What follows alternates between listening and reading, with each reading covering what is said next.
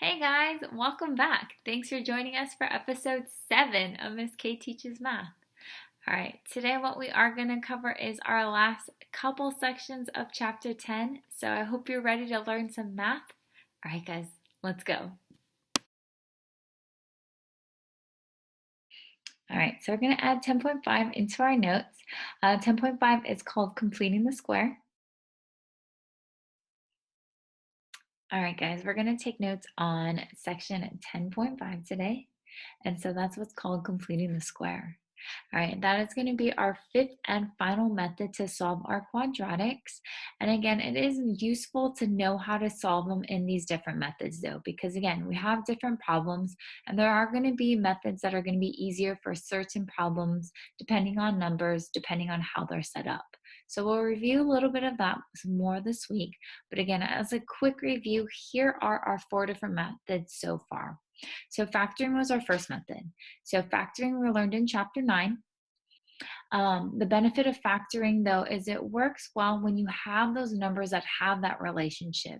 So when we multiply that A and C term, what two numbers multiply to that but add to that B value? One problem though that we saw with factoring is that it does not work with every problem. And so in the case that that happens, so we do have some new methods that we can use. And so our second method was graphing. Graphing was good because you can graph any quadratic. It doesn't matter what it is. So it can be graphed and you can get an answer that way. The flaws though with that though is it is a little bit time consuming. And then again, your answers might not be exact though, because again, you might have those fraction or decimal answers that are a little bit hard to read off of a graph. Our third method that we looked at was our quadratic formula. Now, the benefit of quadratic formula was 1, it had a really catchy song. 2, again, it works on every problem. But 3, it is going to give you that exact answer, unlike graphing though. So that is the plus of that. The downside to quadratic formula though is that it is a little bit time consuming though for some of us. Now, the last lesson that we took a look at was 10.4, and that was our square root method. Now, square root method is probably the easiest and quickest method to use. However, its one flaw is this though. I'll go ahead and highlight it right here, is that the that the square root method though does not work on every problem. It works on a problem that is in this form here, this ax squared plus c, meaning that you have x squared and you have a number. But notice though that you do not have this b term here. So there is no middle term. So that is the one downside to square root method, is that it does not work for every problem type. Now today we're going to look at our fifth and final method, and that is what's called the completing the square method. So completing the square. All right, and so what this method does is it works in the form, so works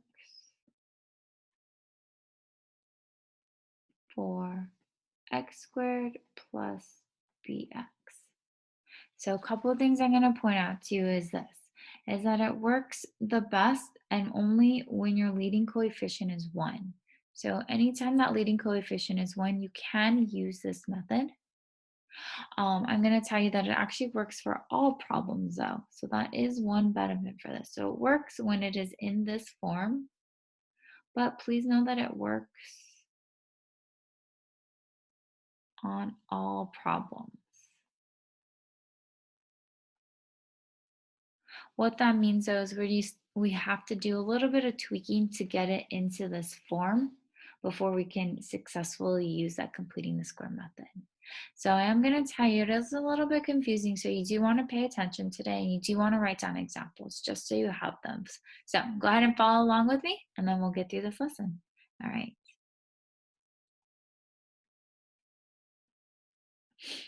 All right, so the purpose with completing the square is that you're actually going to be looking to create what is called a perfect square trinomial.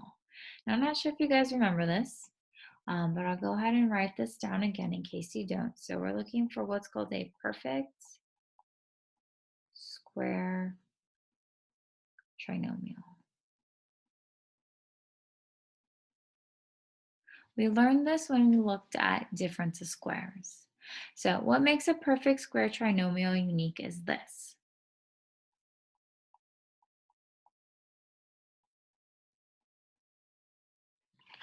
All right, so I'm going to tell you guys that this is a perfect square trinomial. Some things that allow you to identify that it is a perfect square trinomial is this, is that its first term here and its last term here are perfect squares, meaning that you can take the square root of them. So for example, the square root of x squared is x, the square root of 16 is 4. Now, if we were to factor something like this, and here is a quick review of factoring for you guys. Factoring is when here we put our product of A and C, so this invisible 1 times 16 is 16, and then B here is 8. And then again, remember with factoring, we're looking for two numbers that multiply to 16, but added to 8, and hopefully in your head you're already shouting, Miss K, the answer is 4, because you would be right. So 4 times 4 is 16, and then 4 plus 4 is 8. Remember what this represents then are our factors, so x plus 4 and x plus 4, which we know could also be written as this, x plus 4 squared. And that is actually what makes a perfect square trinomial unique, is that when you do factor it, you end up getting two of the same factors. So two of the same factors. And so that's actually what we're going to be looking to create when we complete the square. So let me show you what I mean by that. So let's do our first example. So we're going to see something like this. It's going to tell you to complete the square. So for example, let's say we have this problem. X squared plus, let's do minus on this one. X squared minus 12x plus something. All right, so what we're doing here is we're actually looking for what is this missing term that is gonna make it a perfect square trinomial. And again, when I say that, is we're looking for this last number here. That's gonna make it a problem where we can factor it, where we can, again, get an answer that can be written with a squared term at the top. All right, so you're gonna say, like, Ms. K, how do I do that? Well, I'm gonna tell you. So to do that, you're gonna be looking for C. To find C, you need to know this. C is equal to B over 2 squared. And just like we did before, we know that our first term is A, second term is B, and then third term is that C that we're talking about. So same thing, plug it in. So C is equal to B, and again, take the sign. This is going to be negative 12 over 2, which is going to simplify to negative 6. You're going to then take that value, and then you're going to square it, just like it says. Negative 6 squared, think again about signs. Negative 6 times negative 6 is going to be positive 36. So in this problem here, to complete the square, you're going to end up getting x squared minus 12x plus, that mystery value here was 36. And again, what we're looking for is we're looking for that number that if I were to factor this, 36 here and then negative 12, your answer would be negative 6 and negative 6. So you would have x minus 6 and x minus 6 is going to make this a perfect square. So again, by finding this number, we made it so that this term can be factored.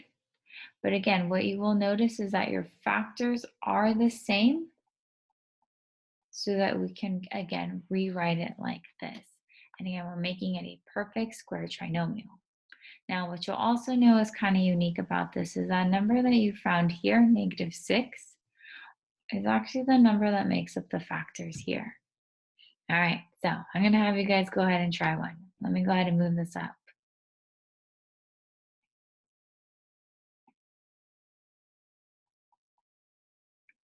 All right, let's start with this.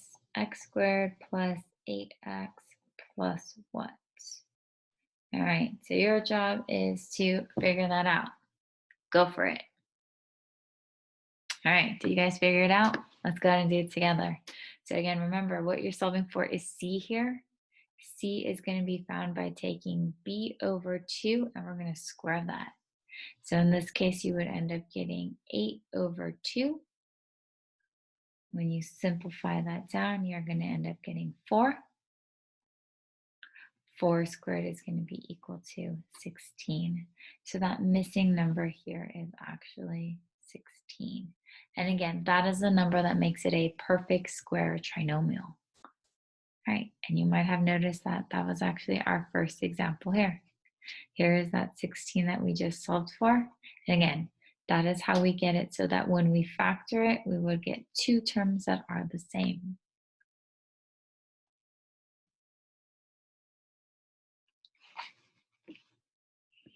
All right. Now, a couple of things that I do want to point out about this problem is that sometimes you will get a fraction. Please do not be afraid of getting a fraction. You are not wrong. So for example, let's say we had this problem. X squared plus 3x plus this missing term. So same idea, like I said. C is going to be found by taking b, which is 3 here, dividing it by 2, and then squaring that whole term. Now, again, if you guys remember what we did with fractions, remember that exponent actually goes to both numbers. So what this is actually going to turn into is going to be 3 squared is 9, and then 2 squared is going to be 4. So 9 over 4 would make this a perfect square trinomial. And then again, what we can do with that though is that we can take that and rewrite it. So if you look at this example, we took, and I'm going to go ahead and use a blue pen so you can see what I'm doing. We took this term here and then we rewrote it as our squared term, x minus 6 squared. Again, your shortcut is going to be here. That number before you square it tells you what to put inside that parenthesis. So, looking at this example here, the number in the parenthesis is 4. So we can quickly say that this could be rewritten as x plus 4 squared. Now you can factor, but again, this is going to be your shortcut. Without having to take that time to make that little x method here, you can go ahead and just look and see what number was being squared, and that's again going to be your number. So in this case here, if I wanted to rewrite this, we know that we can rewrite this as a squared term because we just found the number that makes it a perfect square trinomial, so it can be factored into the same binomial. I want to know what number I would put here. So I already know it's going to be x, and hopefully you're staying at home, it's 3 over 2 because you would be right. So again, it's the number that is inside of this parenthesis before you square it. So in this case, we would put plus because it is positive 3 over 2. All right, I'm going to give you guys another one to try. Go ahead and try this one. So I want you to figure out what is the missing term. And then I also want you to be able to rewrite it as a squared term. All right, here's your problem. All right, guys, let's go ahead and solve this together.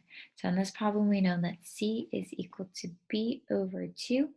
And then we're going to, again, square that value here. So on this problem, we can say B is negative 6 over 2. And then we're going to square that. When we simplify that, we get negative 3 squared. And then when we solve that, that's going to be negative 3 times negative 3, which is positive 9. So we're going to put 9 there. All right. Then the second part of that, though, is figuring how do I rewrite that as that squared binomial? So we know there's going to be a 2. And then again, hopefully you remember that this number here is going to indicate what that second term is. So this would actually be x, and then this time it is a minus 3 squared. And again, what that just indicates is if we did take this value here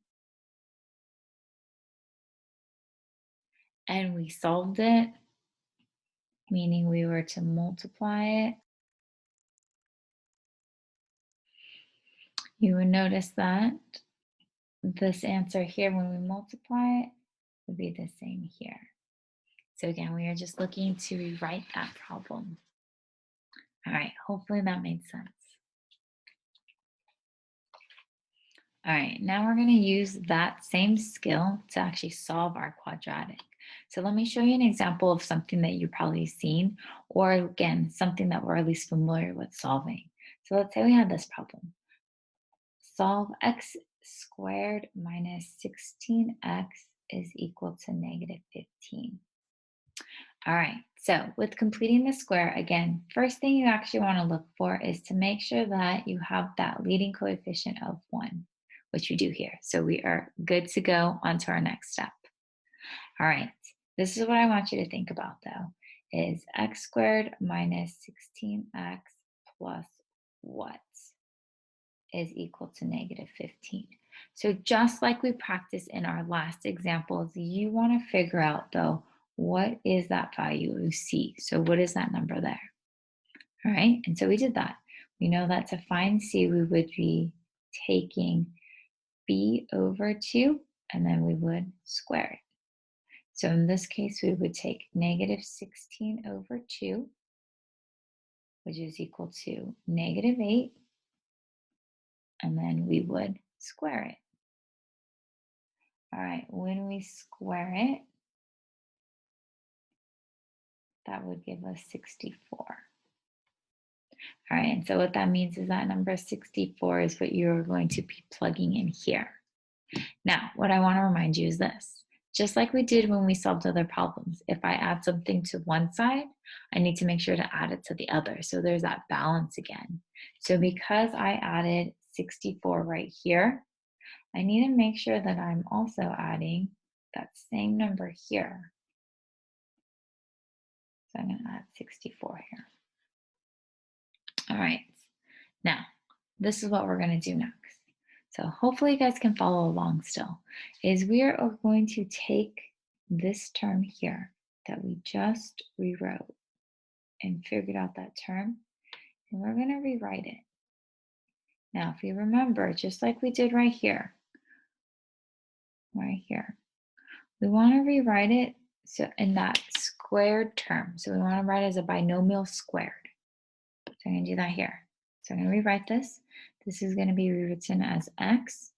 Remember, we're using this number here, minus 8, and then squared, is equal to, and now what I'm going to have you guys do though is I'm going to have you guys simplify this. Simplify this side here. So you're going to have to do some math. We have negative 15 plus 64 here. What you should get here is going to be is equal to 49. All right, and then this is actually what I want to point out to you is the one thing that is cool about completing the square is when you do that, you actually get to a point, hopefully you notice right here, with this square term, where you're going to be using square root method now. And square root method is pretty easy, as a lot of you guys saw, so that is a thumbs up. So I would write that here, because now you have a square root method.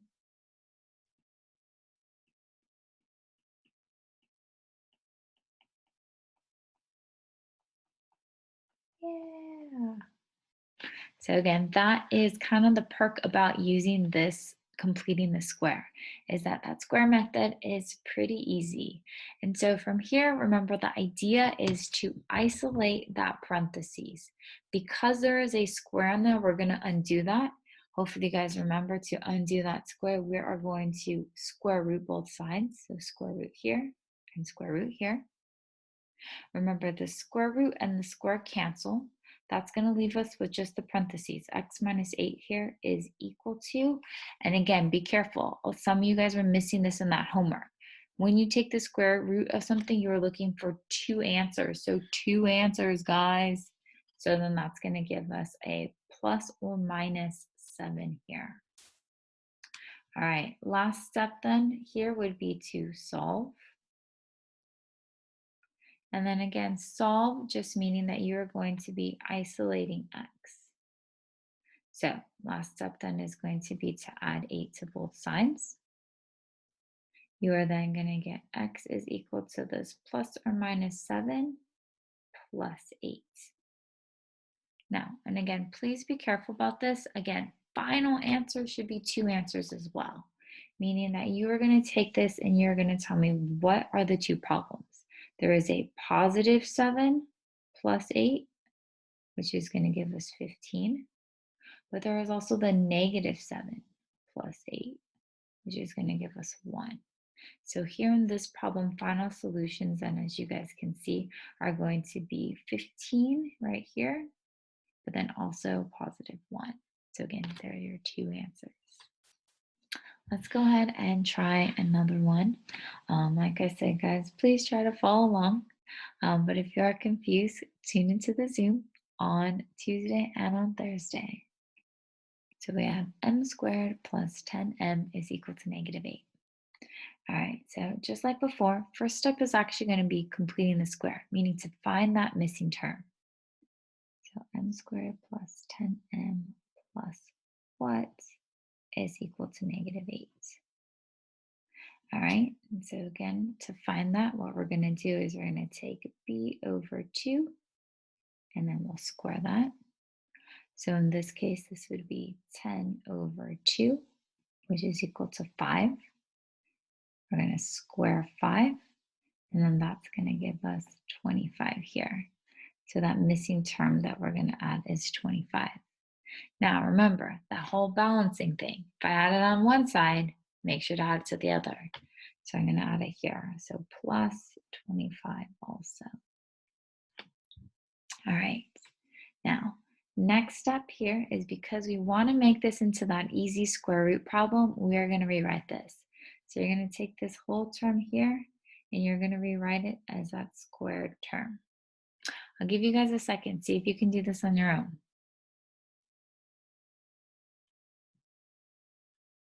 All right.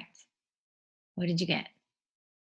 Hopefully you remembered that the number that you squared here is what goes inside that parenthesis. It is positive, so it's going to be x plus 5 squared is equal to, and then remember on the other side, you do want to combine this side here.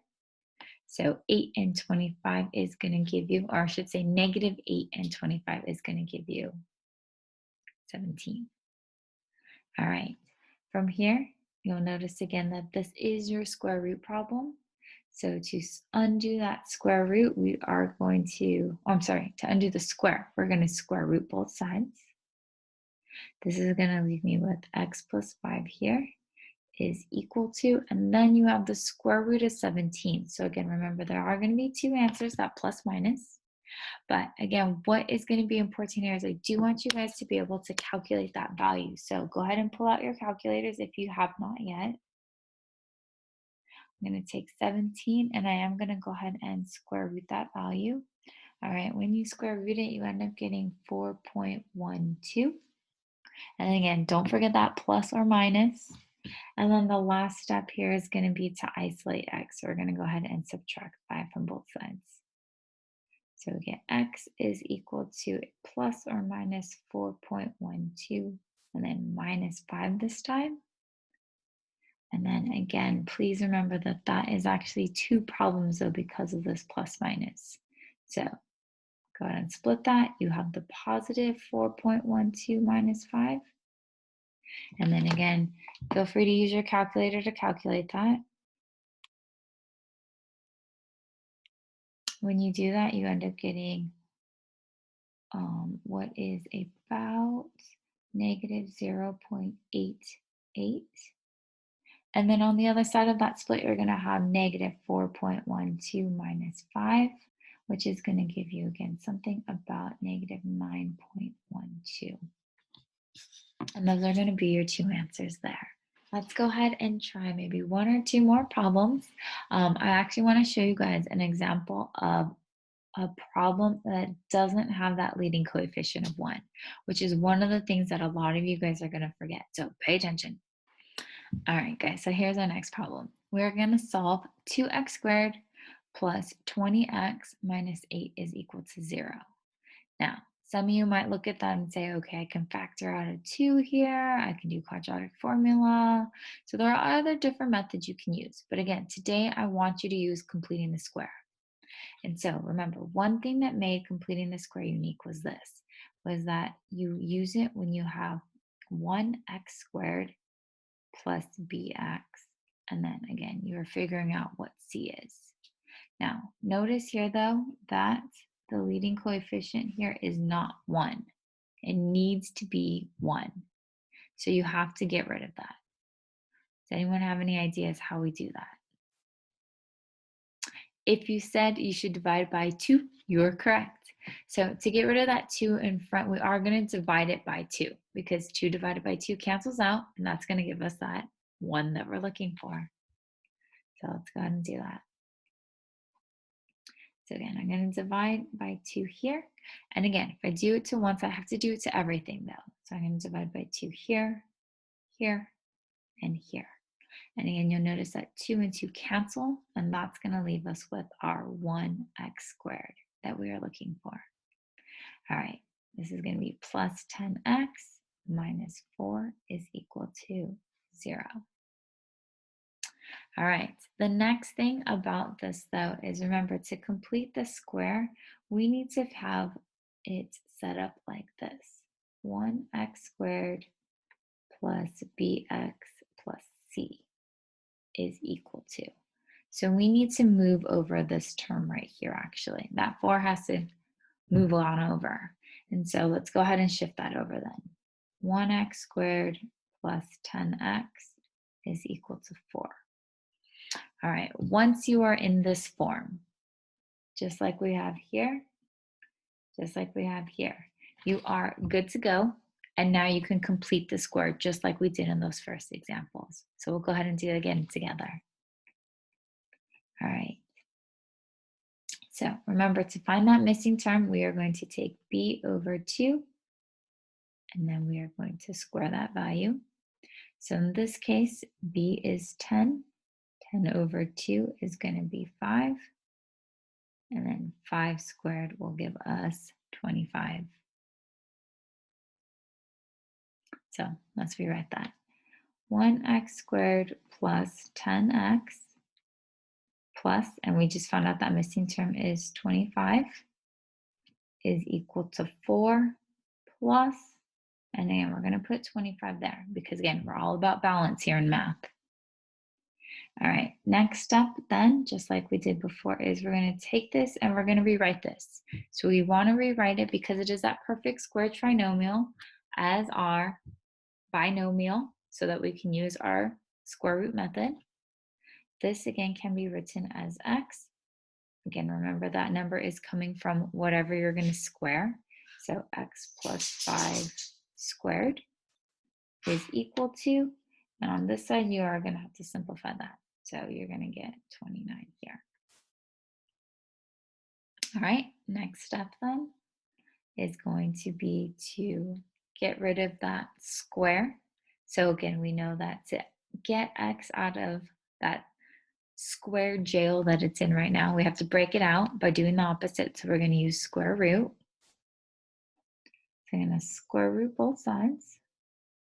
That square and square root cancel, leaving me with x plus 5 here is equal to, and again, you are going to have to do some calculation. So go ahead, pull out that calculator again. I'll do it here. I'm going to take the square root of 29, which is going to be 5.39. And then again, remember that square root, we have 2 answers. So I want that plus or minus. All right, last step then again is going to be to isolate x.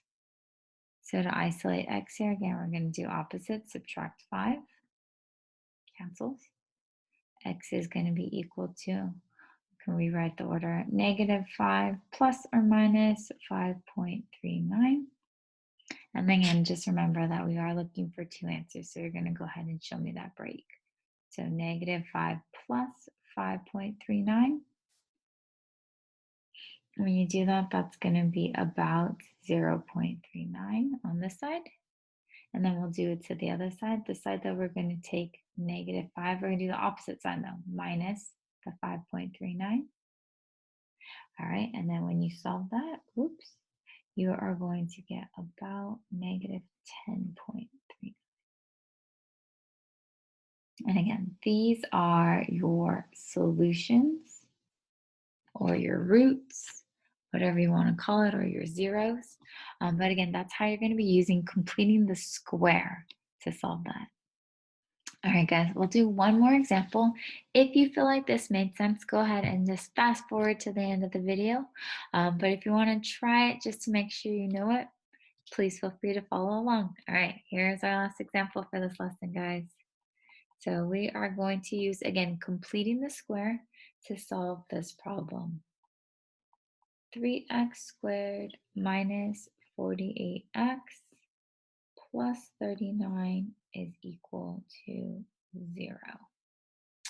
All right, now what we want to remember about completing the square is that we are looking to be in this form. 1x squared plus bx plus that mystery value is equal to c on the other side.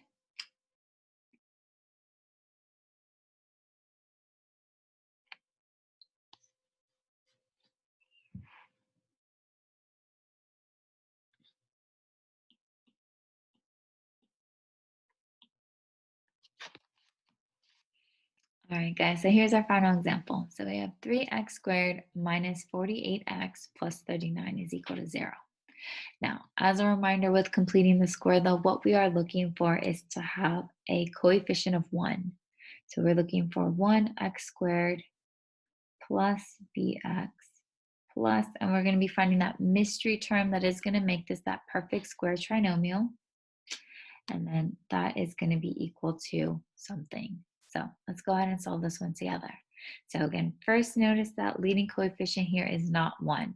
So to get rid of that, hopefully you're thinking, I need to divide, and you would be right. So you're going to divide everything by 3 here. And that's going to allow us to cancel out that first term. All right, 3 divided by 3 cancels. That's going to give us x squared. Your next term is going to be 48 divided by 3. That's going to be 16. So minus 16x. And then you're going to divide that last one, 39 by 3. And when you do that, you're going to end up getting plus 13 is equal to 0. All right, now remember, here we want to figure out what is that missing term. So to do that, we actually need to make sure to move this guy over to the other side. So x squared minus 16x plus our mystery term is going to be equal to negative 13. And again, we shifted over that 13 to the other side. All right, remember life is all about balance. So we're going to also make sure that whatever that mystery term is, we are going to add it to both sides. All right, let's go ahead and find that mystery term. So hopefully by now you remember how we do that, but we take b over 2, and then we're going to square that. So in this case, negative 16 divided by 2, negative 8, and then square that. Hopefully you're thinking negative 8 times negative 8 is positive 64, because you would be right. So plus 64 on both sides. All right, remember we want to work to simplify this. We want to use our square root method, which is pretty easy. So we're going to rewrite this because we have made it into that perfect square trinomial. We know that it can be simplified into that bracket term. Hopefully you would write down x minus 8 squared, because we know that they are going to be the same two terms. That's what makes a perfect square trinomial unique. Remember that negative 8 is coming from right here. All right, and that's going to be set equal to, we're going to go ahead and simplify this side here. When you simplify that, you're going to end up getting a positive 51. And then now the goal here is to isolate x. All right, I'll let you guys finish that up, and then I will speed up the video a little and see, so you can see if you get the right answer.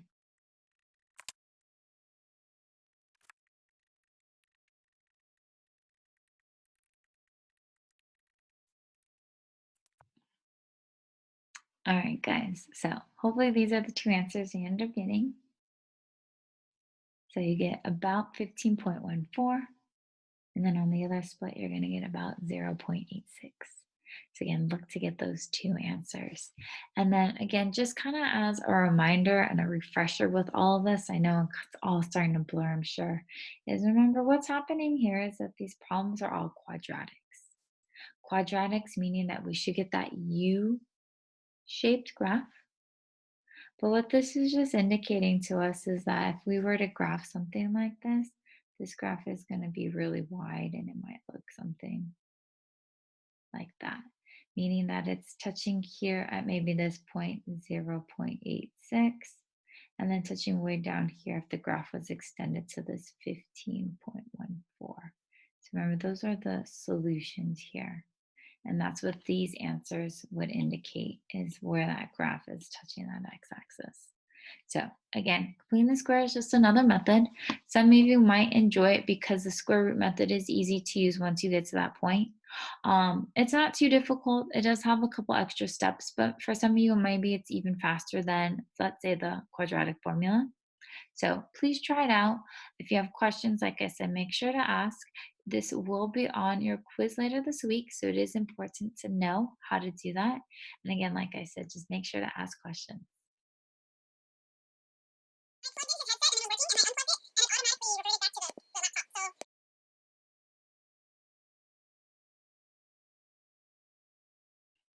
All right, here we go. So the last section of chapter 10 that we are going to be taking a look at is called 10.7, and it's what's called the discriminant.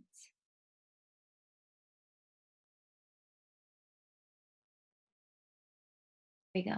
So the discriminant is actually a tool to figure out how many solutions a quadratic has. Now, we have seen what this looks like, and let me go ahead and give you guys a quick reminder. And let's say we have three graphs here. So remember, a quadratic might have at most two answers because it is touching that x-axis in two different points. Sometimes a quadratic might have only one answer, and that's because it is only touching at one point. So that vertex point is sitting on the x-axis somewhere.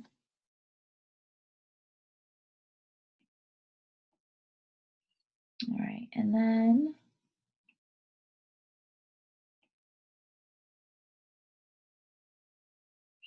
the last one would be no solution. So with this graph here, if we were to even extend it both sides here, you're going to see that it's never going to touch that x-axis there. And so that would be an example of no solutions. So what the discriminant does is without having to graph it, it allows us to tell how many solutions a quadratic has. I know that you guys would not go walk around thinking, wow, I wonder how many solutions this quadratic has. If only I knew a way. Now, if you do think that, you're in luck because I can teach you a way. And again, it's what's called the discriminant. So, lucky for you, you guys actually already know how to find the discriminant. I'm going to have you think back. Think back to an excellent song that I taught you. Are you thinking about it? Don't worry, I'll play it. All right. So the discriminant is actually this part. It is the part that's underneath the square root. It is b squared minus 4ac. And that's actually going to tell you how many solutions that a quadratic would have. So, for example, let's say we had something like this. Let's do x squared minus, or let's do plus 3x plus 1. Okay, so same idea. If we were to plug this into a, b, and c, b squared would be, and I'll go ahead and change the color here, 3 squared minus 4 times a, which is 1, times c, which is 1. So 3 squared is 9, minus 4 times 1 is 4, times 1 is still 4, so minus 4, and then that's equal to 5. And now you have a number. You're like, well, what do I do with that, Ms. K? Let me tell you. All right, so what this number refers to is this. So if your number that you get is greater than 0, just like we got here. What that's going to indicate is that this problem would have 2 solutions. All right, when you solve this, if it was less than 0, what that's going to indicate is that it would have no solutions. And then if it is equal to 0, what that is going to indicate is it's going to have 1 solution. And that should kind of make sense, because think about if it's equal to 0, like this one here, equal to 0, it is on that point right there. If it's greater than 0, again, it's going to have 2 answers. And if it is less than 0, it's going to have no answers. And so again, in this case here, this problem, 5 is greater than 0. So this indicates that this problem would have 2 solutions. Now, let's talk about what that would look like if we graph it. Okay, so I'm going to go ahead and show you my graphing calculator here. I'm going to plug in that same equation that we just had. So we had x squared, and then we had plus 3x, and then we had plus 1. Now, if you take a look at the graph that I just showed you, I'll go ahead and zoom in a little bit.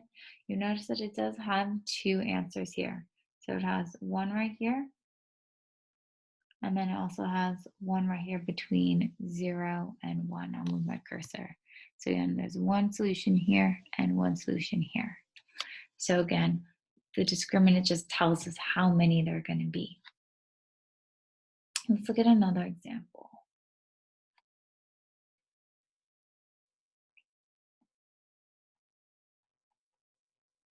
All right, let's say we have 2x squared plus 3x plus 11. And again, same idea. We want to know how many solutions this problem has for whatever reason. So what we can use for that is, again, the discriminant. So that b squared minus 4ac. So again, remember, if it helps, label those problems. I'm going to go ahead and plug this in.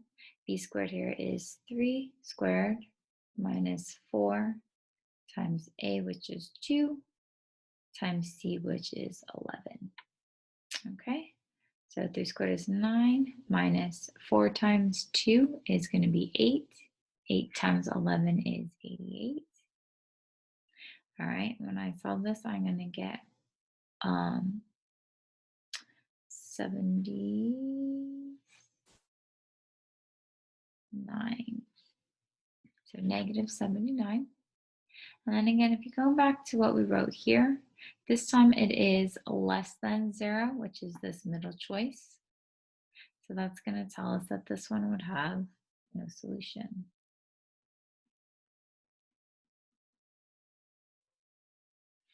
All right, guys, so that was our lesson on the discriminant. And again, the discriminant just allows us to quickly determine how many solutions this quadratic has without having to graph it, without having to solve the actual problem.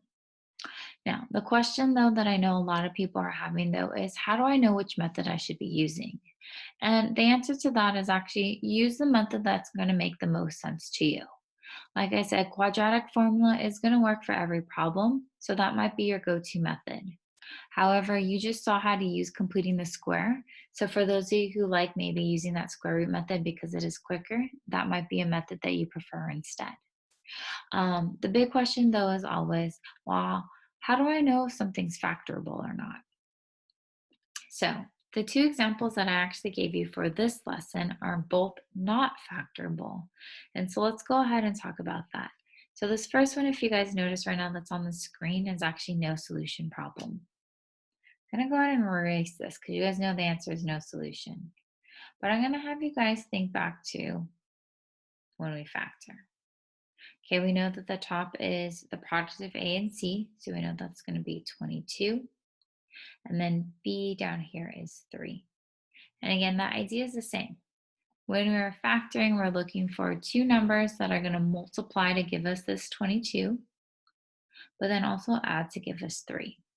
So again, think about the factors of 22.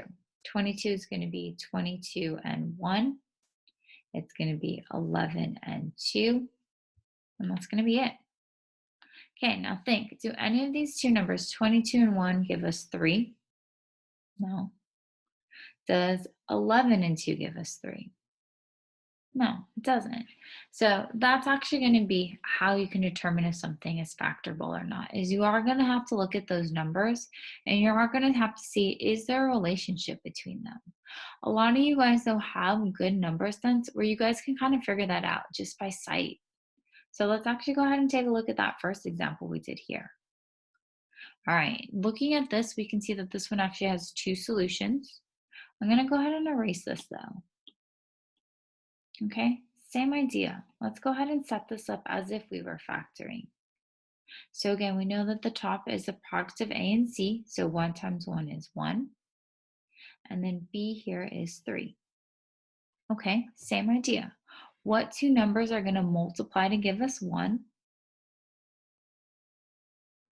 1 times 1. That's about it. And 1 times 1 is never going to add up to equal 3. So again, just by knowing the different factors of those numbers, knowing the numbers that you know and the number sense that you have, you guys can kind of start to see patterns. And you'll start to realize, okay, this isn't going to work. So if you're seeing that numbers don't work, then it might not be factorable. Maybe you're missing a number, maybe you can't figure it out, and that's okay. You have these other methods that you can fall back on. So don't spend too much time factoring. Again, a lot of you guys will start to see right away though if a problem is factorable or not, just based on the relationship between those numbers. So trust your instinct, use your calculator as well.